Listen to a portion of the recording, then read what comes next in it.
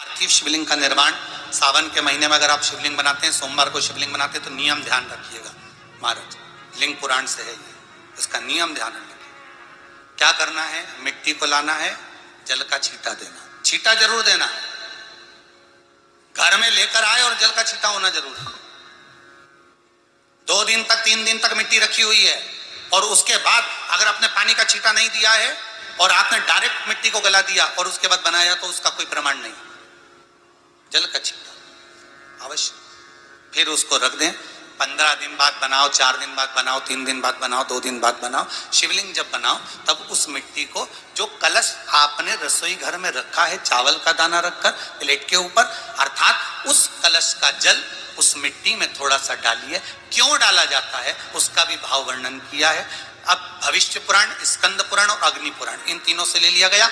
वर्णन किया गया, जब उस कलश का जल हम डालते हैं तो उस कलश में पितरों का भाव आ जाता है, अन्नपूर्णा का भाव आ जाता है, घर में लक्ष्मी का भाव आ जाता है, संपदा का भाव आ जाता है। पूरे 24 घंटे के अंदर एक क्षण के लिए रसोई घर में 33 कोटि देवता आते हैं, तो वो देवता का सारा भाव उस कलश के अंदर आ जाता है। और वो जल जब हम उस मिट्टी में मिलाते हैं तो गंगा, यमुना, सरयू, सरस्वती, ये 33 कोटि देवता में, तो इन सब का आनंद उस जल में आ जाता है। और वो जल जब हम मिट्टी में मिलाते हैं तो मिट्टी पवित्र हो जाती है, स्वयं कैलाश अधिपति को स्वीकार करने के लायक हो जाती है, निर्मित करने के लायक हो। अब शिवलिंग का निर्माण कैसे करना? मिट्टी में गला दिया पानी में। सबसे पहले शिवलिंग बनाने से पहले पात्र जो होता है उसके नीचे एक बेलपत्र रखी जाती है। क्या रखना है? एक बेलपत्र। शंकर को झेलने के लिए कोई साधारण नहीं है पात्र जिसपे झेला जाए। स्वयं गंगा शिव की जटा में, और आप शंकर के शिवलिंग का निर्माण कर रहे हो, कोई साधारण नहीं हो सकता। स्वयं भी है वो उत्तर दिशा में रखना है थाली के अंतर्गत जब आप शिवलिंग का निर्माण करें, उत्तर। इसके ऊपर जो गलाई हुई मिट्टी है वो डाल दीजिए, और डालने के बाद सबसे पहले शिवलिंग का स्वरूप बनाना है। सबसे पहले नीचे की जलाधारी नहीं बनाना। क्या बनाना है? शिवलिंग का स्वरूप बनाना। बनाने के बाद उसी शिवलिंग के पास में और मिट्टी डाल लीजिए, फिर जलाधारी का निर्माण करें। फिर जलाधारी,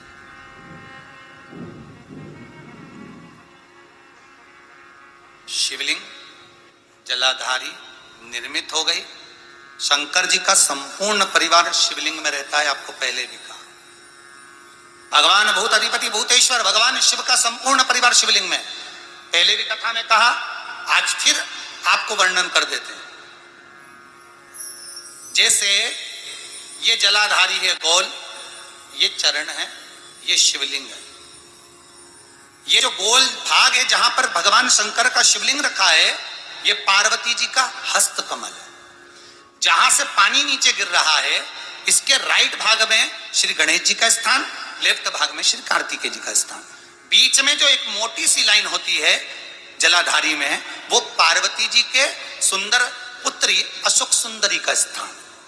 शंकर जी के ऊपर जो तिकोनी रखी रहती है, उसके ऊपर से जो जल बूंद बूंद नीचे गिरता है, ये जो पानी बूंद बूंद नीचे गिरता है, या आप कलश से जल चढ़ाते हो या आप श्रृंगी से जल चढ़ाते हो, तो ये जो पानी गिर रहा है, ये शंकर भगवान की 5 पुत्रियां, जया, विषहरा, शामरी बारी, दोतली और देव, ये शंकर जी की 5 बेटी,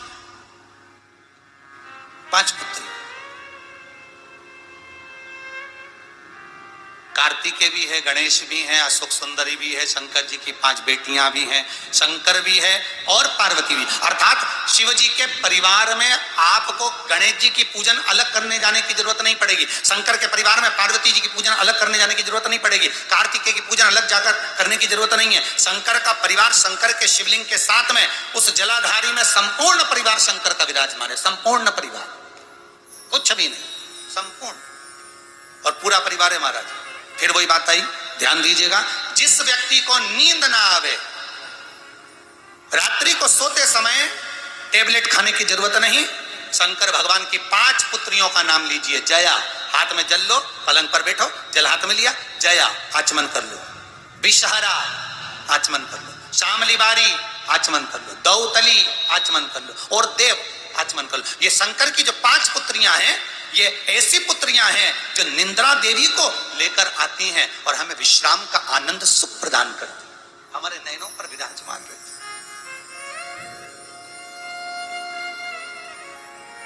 हाँ, यदि विवाह नहीं हो रहा, शादी नहीं हो रही है, बहुत समय से लगन देख रहे हो, शादी नहीं हो रही, बहुत समय से परेशान हो गए कि विवाह ही नहीं हो रहा, हम तो टेंशन में पड़ गए, लड़की 28 साल 30 साल का लड़का हो गया, विवाह नहीं हो रहा, कुछ मत करो। अष्टमी तिथि आए तो अशोक सुंदरी वाली जो जगह है वहां पर हल्दी की 7 बिंदियां लगा दो, लड़का लड़की का हाथ उस बिंदी पर रखवा दो, उसका नाम गोत्र बोलो, उसी हल्दी में उसके हाथ पीला करवा दो और पीपल के पेड़ पर उस हाथ के 5 छापे पड़वा दो, 3 महीने में विवाह पक्का हो जाता है महाराज। उसका इतना, अशोक सुंदरी के उस हल्दी का इतना प्रमाण।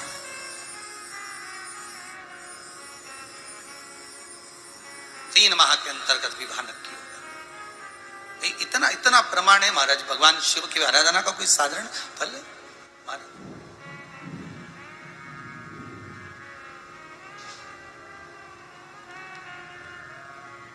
निर्मित करा शिवलिंग। एक बार सब जितने भी टीवी पर बैठे हैं, सम्मुख में कथा सुन रहे हैं, फेसबुक यूट्यूब पर सुन रहे हैं, एक बार साथ में समझें वापिस निर्माण को, शिवलिंग के निर्माण को। मिट्टी लाए, स्वच्छ जगह की, जल का छींटा दिया, रखा। जब शिवलिंग बनाया तो 1 कलश पानी पहले से 2 घंटा, आधा घंटा, 15 मिनट, 20 मिनट पहले उसको रख दिया, उसी पानी से उसको गीला करा। गीला करने के बाद उसका निर्माण सबसे पहले बेलपत्री, बेलपत्री के ऊपर मिट्टी, मिट्टी के ऊपर रखकर शिवलिंग का निर्माण, फिर जलाधारी का निर्माण, जलाधारी का निर्माण और शिवलिंग का निर्माण पूर्ण होने के बाद में फिर बाबा का सुंदर भाव से आप श्रृंगार करें, अभिषेक करें, पूजन करें।